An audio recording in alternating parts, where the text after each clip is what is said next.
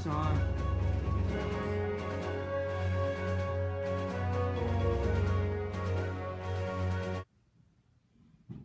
Vanessa, what were the judge's final instructions? Dan, the judge spent most of the day giving those People final just voicing their instructions, opinion. You'd be right. They redeployed a lot of the resources. It's all motherhood language about, just generic stuff that there could only Wow. possibly be one answer. All these channels are filled with it. Somebody with a website. Politicians, news, people just voicing their opinions. And we can't rely. Leave it now with Gary. You know what? It wasn't always like this. Actually, about 800, 900 years ago, people didn't even voice their opinions like we do today. It was nowhere near that. It wasn't that people didn't think of that in the same way, and also there was just really no place for people to actually voice their opinions like we have today, like on TV, like politicians, authors, revolutionists, people who have a different mindset can do that very easily through news. But back then, completely different story. Actually, before the Renaissance, there was very little of that. There wasn't even books.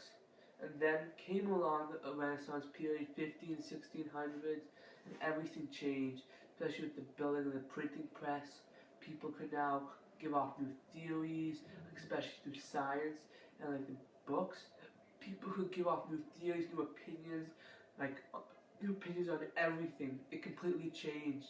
And with having the books, you could voice your opinions throughout the world. Many people could get the new knowledge, and you could exchange it for theories, new theories, experiments, people making more, unlike we have today. And also, especially through artwork, people could voice their imagination, what they thought, and they had up here. They could use their talents and really show what they know, while that wasn't the case before the Renaissance. And that's one thing that we have in common today with the Renaissance that we have to really thank them for, because we would not be this far out in socially without that time period and revolutionizing of the Renaissance.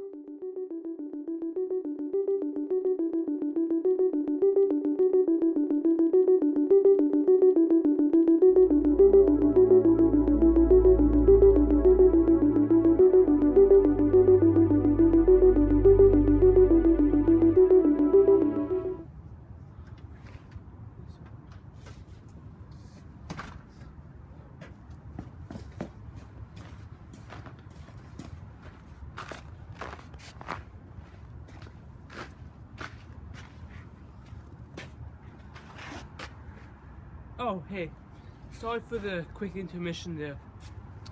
Now, if you're wondering more about science and the Renaissance, let me ask you something. If you look up in the sky, 700-800 years ago, people couldn't even explain what was there. People had no idea what that even meant, the sun, how it worked. The only thing people knew was some made-up story that the Catholic Church made. Well, because the Renaissance came along and there was a huge change of knowledge and curiosity and thirst for new information, this changed everything. Then Galileo came with lots of science, invented a new thing like the telescope, and managed to figure out a lot more about Earth and what happened when the sun, and he came up with a new theory. Now, before I go into more detail about that, imagine someone who makes a house. He has to make the best house in the whole world, right? How could he do that? By himself, one person. By himself, he can make an okay house, not the greatest ever, but if he gets great inventors, a great painter, a great carpenter, together with more people who all work on specific jobs, they can make a beautiful, amazing house. But it takes more people. This was the same in the Renaissance. Everybody started to love science, everybody started to work on it and come up with new theories so they could bounce off each other. Same with Galileo. He came up with a pretty great theory. But then guys like Copernicus came and helped, worked on it, and made it better and better, because everybody researched the same things and managed to make science better and bigger and managed to really change. And that's one thing we have today. These theories from the Renaissance still stand today because they were correct. Leonardo da Vinci. He was born in 1452 in Vinci, Italy. He was a mind beyond his times, an amazing man with amazing accomplishment. He was a polymath and was great in many fields. He did not limit himself to just science or art. He did many things, including engineering. Just look at some of these sculptures and ideas. He knew more than anyone in his time, a true brain that really inspired many during his time. Vinci himself actually came up with the term Renaissance man and the criteria. Leonardo did many things. Leonardo was also in the heart of all the action in Italy, where new ideas and new flow really spread, especially for artists. And Leonardo also had this capability of creating amazing artwork, like the Mona Lisa, as it will show very shortly. Leonardo was leaps and bounds ahead of his time. But this did not seem to stop him. He came up with amazing work about how the human anatomy worked and did a lot of research. The Mona Lisa, the most influential artwork in the world. Most people think this is the greatest piece of art ever made. Guess who made it? That's right, Leonardo. This was a side project of his science. Turns out he was an amazing artist as well, with amazing works as some of these. He was truly amazing with the brush, and not only in science. He is such an influential figure today and really shaped how modern day is with the appreciation of science and art and how important it is to society. Another huge breakthrough in the Renaissance period was the printing press and the ability to create books. This is one of my favorite books of all time.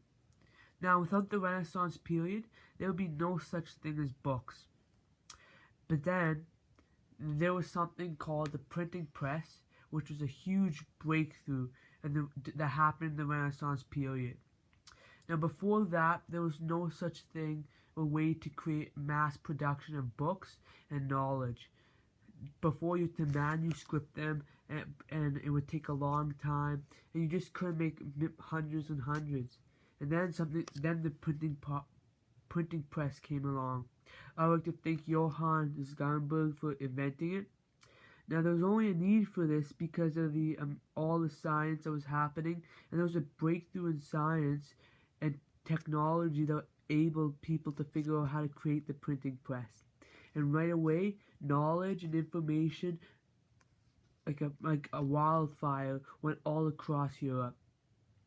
If the printing press was never made, I'm not sure if the Renaissance would have been as successful as it was, and we might not be in the same situation today. Now, as much as we don't think about this, a huge part of modern day worldview is the necessary of knowledge and education. Worldview is that you want to be in university today. You don't want to be working at jobs like Safeway and stuff like that. You need education, and the best way for people to get education is through books. And I know we don't realize it as much as we do, but in school and work, for own enjoyment and own benefit, you need to read. And without the Renaissance period and Johann Gutenberg and the printing press, we'd be way behind. And that's one thing the Renaissance did. They made people create new things, inventions where they really thrived. And the printing press was one, and we really needed it. And without books and literature, we would not have the same education and knowledge we have today of how to read and write. And a huge worldview is all about education. And I'd really like to thank Johann Gutenberg and the Renaissance period for this. Here is Galileo Galilei. He was born in 1564 in Florence, Italy. This man was a huge part of the Renaissance. He was an inventor and polymath. His largest breakthrough and biggest contribution to the Renaissance was the telescope. Now, the telescope took the Renaissance by storm, and this shocked the whole world because he managed to focus and look into space and came up with a new theory about the sun.